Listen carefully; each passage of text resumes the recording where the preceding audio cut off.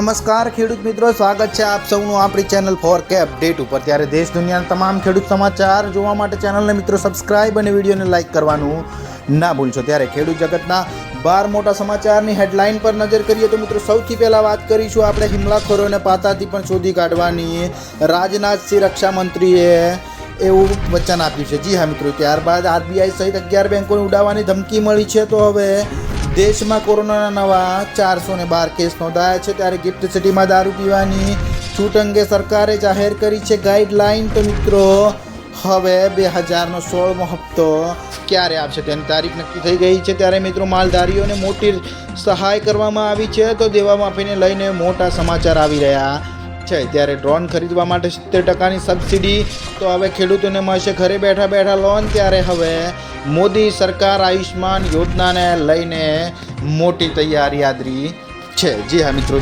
ત્યારબાદ ખેડૂતોને વગર વ્યાજે 100% લોનની વાત કરીશું। ત્યારે આ તમામ 11 મોટા સમાચારની વાત કરીએ ત્યારે મિત્રો સૌથી પહેલાં વાત કરીશું આપણે ડ્રોન ખરીદવા જઈએ 70%ની સબસિડી મળે છે તેની। જી હા મિત્રો, કૃષિ ક્ષેત્રમાં ડ્રોન એક અત્યાધુનિક સાધન છે જેના ઉપયોગ દ્વારા ખેડૂતો તેમની મહેનત અને સમય બંનેની બચત કરી શકે છે। એટલે કે મિત્રો આ સાથે જ પાકના નુકસાનનું મૂલ્યાંકન કરવા પણ મદદરૂપ થાય છે। ત્યારે ખેડૂતો તેના ઉપયોગથી પાકના સ્વાસ્થ્ય પર નજર રાખી શકાય છે। એટલે કે મિત્રો નીંદણ અને જંતુઓથી પ્રભાવિત વિસ્તારોના ડ્રોનના ઉપયોગથી શોધી શકાય છે અને કેન્દ્ર અને રાજ્ય સરકાર ખેડૂતોને એગ્રીકલ્ચર ડ્રોન ટેકનોલોજી અપનાવવા માટે પ્રોત્સાહન આપી રહી છે। એટલે કે મિત્રો તમને જેથી તેમની પાક ઉત્પાદન સાથે આવક પણ વધી શકે છે। એટલે કે મિત્રો તમે જો ડ્રોન ખરીદવા માગો છો તો 70%ની સબસિડી તમને આપવામાં આવશે, જે ખૂબ જ મોટા સમાચાર આવી રહ્યા છે।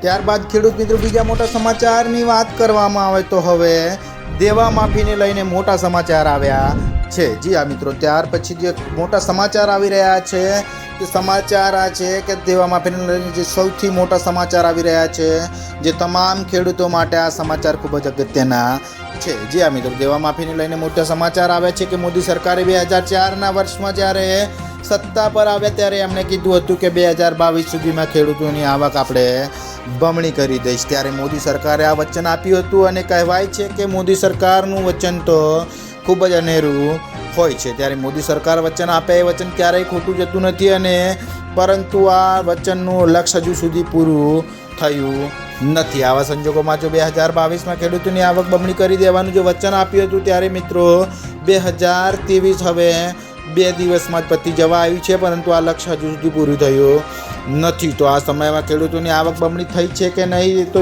પછીનો વિચાર છે, પરંતુ ખેડૂતો માથે દેવું વધી ગયું છે। જી હા મિત્રો, અનેક ગણું દેવું વધી ગયું છે। ત્યારે ગુજરાતમાં લાખો ખેડૂતો મિત્રો દેવાદાર બન્યા છે। ત્યારે હવે 2024ની લોકસભાની ચૂંટણી આવી રહી છે। એટલે કે 2024ની લોકસભાની ચૂંટણીમાં ફરી એકવાર દેવા માફીનો મુદ્દો ઉઠે તેવી મોટી શક્યતા જોવા મળી રહી છે। ત્યારે મિત્રો 2024ની ચૂંટણી ફરીવાર દેવા માફીને લઈને મુદ્દો ઉઠવાનો છે, જે ખૂબ જ મોટા સમાચાર આવી રહ્યા છે। ત્યારબાદ મિત્રો બીજા મોટા સમાચારની વાત કરવામાં આવે તો હવે માલધારીઓને મોટી સહાય। તો શું છે સહાય તેની વાત કરીએ। જી હા મિત્રો, રાજ્યમાં એક તરફ રખડતા પશુને પકડવાની કામગીરી હજુ શરૂ છે। ત્યારે એવામાં તંત્રના ઢોરવાડામાં જ પશુઓના મોત થયાની ઘટના સામે આવતા ગુજરાત હાઈકોર્ટે આ બાબતે ખૂબ જ ગંભીરતાથી લીધી છે। એટલે કે મિત્રો જે લોકોના રખડતા ઢોર બજારમાં ફરતા હોય છે તેને પોલીસ લઈને જે પાંજરામાં પૂરતી હોય છે ત્યાં આગળ ઢોરના મૃત્યુ થઈ રહ્યા છે, જેને લઈને હાઈકોર્ટ રોષે ભરાયો છે। એટલે કે હાઈકોર્ટે કહ્યું છે કે અંગત સ્વાર્થ અને લાભ માટે નિર્દોષ પશુઓના મોત ચલાવી ન લેવાય અને કેટલ પોલિસીની અમલવારીની આડમાં પશુઓના મોત ચલાવી નહીં લેવાય તેવું ખૂબ જ મોટું તેણે નિવેદન આપ્યું છે। અને કોર્ટે ઢોરવાડાની ક્ષમતા, પશુઓને અપાતો ચારો તેમજ સારવારની વિગતો રજૂ કરવાનો આદેશ કર્યો છે, જે ખૂબ જ મોટા સમાચાર આવી રહ્યા છે। ત્યારબાદ ખેડૂતો બીજા મોટા સમાચારની વાત કરવામાં આવે તો હવે 15મા હપ્તાની રકમ મળી ગઈ છે। ત્યારે 2016મો હપ્તો ક્યારે આવશે? જી હા મિત્રો, ભારત સરકાર દેશના ગરીબ અને ખેડૂતોને આર્થિક સહાય પૂરી પાડવા માટે પ્રધાનમંત્રી કિસાન સન્માન નિધિ યોજના નામની એક અદ્ભુત યોજના ચલાવી રહી છે અને આ યોજના હેઠળ ખેડૂતોને દર વર્ષે ખાતામાં 6000 રૂપિયાની આર્થિક સહાય આપવામાં આવે છે। એટલે કે મિત્રો આ 6000 રૂપિયાની નાણાકીય સહાય દર વર્ષે 3 હપ્તામાં આપવામાં આવે છે અને દરેક હપ્તા દર 4 મહિનાના અંતરે ખેડૂતોના ખાતામાં મોકલવામાં આવે છે। ત્યારે ખેડૂત મિત્રો 15 નવેમ્બર 2023ના રોજ બિરસા મુંડાની જન્મજયંતિ નિમિત્તે વડાપ્રધાન નરેન્દ્ર મોદીએ ઝારખંડમાં આયોજિત એક વિશેષ કાર્યક્રમમાં પીએમ કિસાન સન્માન નિધિનો 15મો હપ્તો બહાર પાડ્યો હતો। ત્યારે મિત્રો 15મા હપ્તાનો લાભ મળ્યા બાદ દેશભરના કરોડો ખેડૂતો પ્રધાનમંત્રી કિસાન સન્માન નિધિ યોજનાના 16મા હપ્તાની રાહ જોઈ રહ્યા છે। આવી સ્થિતિમાં જો મિત્રો વાત કરવામાં આવે તો ઘણા ખેડૂતો પૂછી રહ્યા છે કે સરકાર પીએમ કિસાન સન્માન નિધિ યોજનાનો 16મો હપ્તો ક્યારે આપશે? તો 16મો હપ્તો આવતા વર્ષે એટલે કે ફેબ્રુઆરી અથવા માર્ચ 2024માં ટ્રાન્સફર કરી શકે છે। અને સાથે સમાચાર એ પણ આવી રહ્યા છે કે હપ્તાની રકમમાં પણ વધારો થઈ શકે છે। જી હા મિત્રો, નોંધનીય છે કે સરકાર અંગે કોઈ સત્તાવાર જાહેરાત નથી કરી, પરંતુ લોકસભાની ચૂંટણી પહેલાં જે આ રકમ છે રકમ ટ્રાન્સફર થઈ શકે છે, જે ખૂબ જ મોટા સમાચાર આવી રહ્યા છે। ત્યારબાદ ખેડૂત મિત્રો બીજા મોટા સમાચારની વાત કરવામાં આવે તો હવે દેશમાં કોરોનાના 412 નવા કેસ નોંધાયા છે। યાદ દોસ્તો, છેલ્લા 24 કલાકમાં કોરોનાના નવા 412 કેસ સામે આવ્યા હોવાનું આરોગ્ય મંત્રાલયે જણાવ્યું છે। આવા સંજોગોમાં દેશમાં કોરોનાના કુલ એક્ટિવ કેસ વધીને 4170 થઈ ગયા છે। અને છેલ્લા 24 કલાકમાં મિત્રો કર્ણાટકમાં કોરોનાના દર્દીના મોત સાથે દેશમાં અત્યાર સુધીમાં કોરોનાના કુલ મૃત્યુઆંક 5,33,337 થયો છે, જે ખૂબ જ મોટા સમાચાર આવી રહ્યા છે। ત્યારબાદ ખેડૂત મિત્રો બીજા મોટા સમાચારની વાત કરવામાં આવે તો હવે ગિફ્ટ સિટીમાં દારૂ પીવાની છૂટ અંગે સરકારે જાહેર કરી છે મોટી ગાઈડલાઈન। અને શું છે ગાઈડલાઈન તેની વાત કરીએ। જી હા મિત્રો, હાલમાં દારૂબંધી કેટલાક અહેવાલો આવ્યા છે સામે કે દારૂબંધી શું ગુજરાતમાં નાબૂદ થઈ જશે? જી હા, જી નહીં પણ દોસ્તો, એમાં જે ગાઈડલાઈન છે એ ગાઈડલાઈન શું કહે છે એની આપણે વાત કરીએ। જી હા દોસ્તો, ગિફ્ટ સિટીમાં દારૂ પીવાની છૂટ અંગે સરકારે જે ગાઈડલાઈન જાહેર કરી છે એ દર્શાવે છે કે ગુજરાતમાં દારૂબંધી નહીં હટે, પરંતુ ગાંધીનગરમાં આવેલા ગિફ્ટ સિટીમાં રાજ્ય સરકારના નશાબંધી અને આબકારી વિભાગ દ્વારા દારૂ પીવાની મંજૂરી અપાઈ છે। ત્યારે રાજ્ય સરકાર દ્વારા ગિફ્ટ સિટીમાં લિકર પરમિશનને લઈને એક ગાઈડલાઈન જાહેર કરવામાં આવી છે, જે મુજબ માત્ર અધિકૃત કામ કરતા કર્મચારીઓને છૂટ અપાઈ છે। એટલે કે આવા સંજોગોમાં મિત્રો આ સિવાય માત્ર મુલાકાતીઓને દારૂ પીવાની મંજૂરી છે। ત્યારે બહારથી આવતા મુલાકાતીઓ દારૂ માટે અધિકૃત અધિકારી પાસેથી મંજૂરી લેવાની રહેશે। અને તમને જણાવી દઈએ કે રાજ્ય સરકારે ગિફ્ટ સિટીમાં દારૂ પીવાની મંજૂરી આપી છે। એટલે કે આટલી જે ગાઈડલાઈન છે એ ગાઈડલાઈનને અનુસરો છો તો તમે દારૂ પી શકો છો। અને આ જાહેરાતના પગલે ગિફ્ટ સિટી ક્લબની ડિમાન્ડ પણ વધી છે। એટલે કે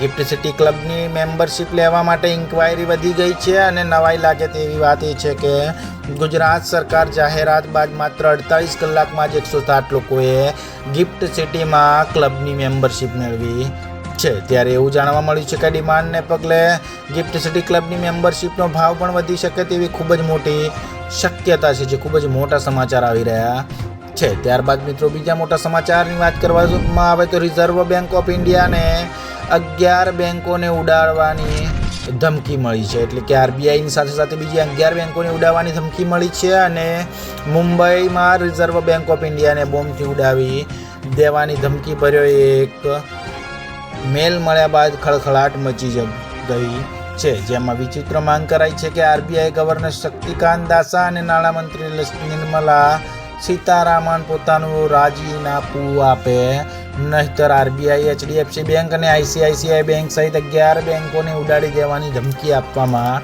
આવી છે। જે બાદ તંત્ર દ્વારા આ મામલે વધુ તપાસ હાથ ધરાઈ છે અને હાલમાં તંત્ર એલર્ટ જોવા મળી રહ્યું છે, જે ખૂબ જ મોટા સમાચાર આવી રહ્યા છે। ત્યારબાદ મિત્રો બીજા મોટા સમાચારની વાત કરવામાં આવે તો હવે હુમલાખોરોને પાતાથી પણ શોધી લઈશું। જી હા મિત્રો, રક્ષામંત્રી રાજનાથસિંહ શનિવારે એમવી કેમ પ્લુટો નામના જહાજ પર જે ડ્રોન હુમલો થયો હતો, જેને લઈને રક્ષામંત્રી રાજનાથસિંહે કડક શબ્દોમાં પ્રતિક્રિયા આપતા કહ્યું છે કે ભારત સરકાર આ હુમલાને ગંભીરતાથી લઈ રહી છે। એટલે કે મિત્રો જેમણે પણ આ હુમલાને અંજામ આપ્યો છે તે લોકો પાતાળમાં છુપાઈ છે તો પણ શોધી લાવીશું। અને આ જહાજ સાઉદી અરબથી મેંગ્લોર આવી રહ્યું હતું। ત્યારે ગુજરાતના વેરાવળથી 200 કિલોમીટર દક્ષિણ પશ્ચિમમાં હુમલો થયો હતો, જે ભારત સરકારે ગંભીરતાથી લીધું છે અને રાજનાથસિંહે કડક શબ્દોમાં પ્રતિક્રિયા આપી છે, જે ખૂબ જ મોટા સમાચાર આવી રહ્યા છે।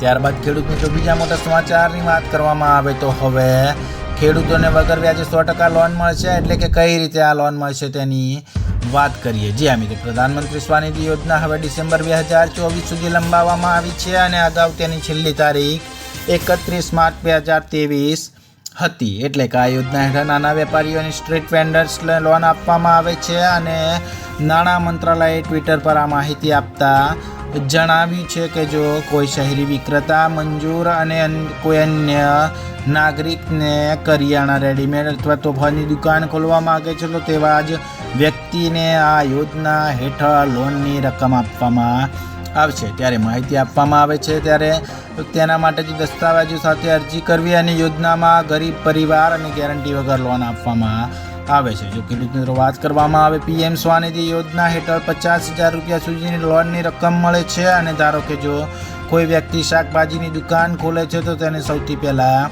10,000 રૂપિયાની લોન મળે છે। એટલે કે જો કે એક રકમ ભરપાઈ કર્યા પછી સરકાર દ્વારા બીજી લોન આપવામાં આવે છે, જે ખૂબ જ મોટા સમાચાર આવી રહ્યા છે। ત્યારબાદ મિત્રો બીજા મોટા સમાચારની વાત કરવામાં આવે તો હવે મોદી સરકારની આયુષ્માન યોજનાને લઈને મોટી તૈયારી। જી હા મિત્રો, 2024ની લોકસભાની ચૂંટણી નજીક છે ત્યારે વાર્ષિક બજેટ ફેબ્રુઆરીમાં રજૂ થવાનું છે। એટલે કે આવા સંજોગોમાં પહેલા સ્વાસ્થ્ય વીમાને લઈને ટેન્શનમાં રહેલા લોકો માટે સારા સમાચાર આવી રહ્યા છે, કેમ કે કેન્દ્ર સરકાર આયુષ્માન યોજનાને વિસ્તારવા જઈ રહી છે। ત્યારે મિત્રો સરકાર આયુષ્માન યોજના હેઠળ સારવાર ખર્ચની મર્યાદા બમણી કરીને 10 લાખ રૂપિયા સુધીની કરવાની વિચારણા કરી રહી છે। જો આમ થશે તો આ નિર્ણયની અસર વ્યાપક જોવા મળશે। એટલે કે લગભગ 41 કરોડ લોકો પાસે કોઈ સ્વાસ્થ્ય વીમો નથી, જેમને આ મહત્વની યોજનાનો સીધો લાભ મળી રહેશે, જે ખૂબ જ મોટા સમાચાર આવી રહ્યા છે। ત્યારબાદ ખેડૂતો બીજા મોટા સમાચારની